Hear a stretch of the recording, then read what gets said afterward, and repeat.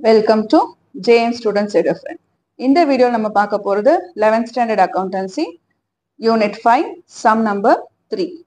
Prepare trial balance from the following balances of Chandra Mohan as on 31st March 2017.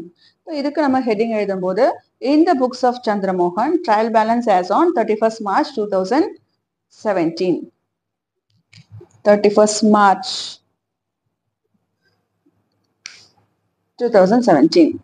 Serial number, name of the account, LF, debit balance, credit balance, amount.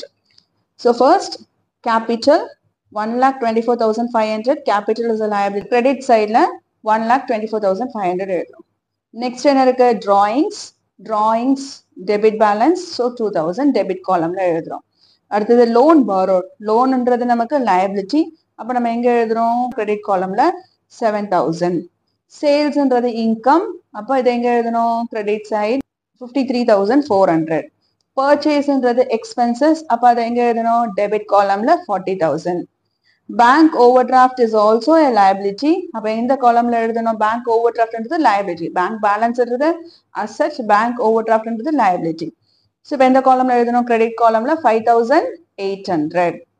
Next motor car ன்றது asset. அப்ப இந்த column ல எழுதணும் debit column amount 20,000.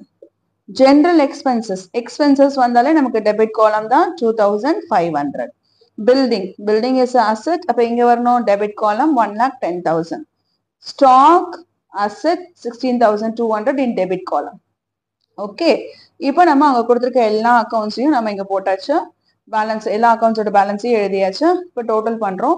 So debit side and credit side add பண்ணா நமக்கு என்ன total வருது 1,90,700 ஈக்குவலா வருது.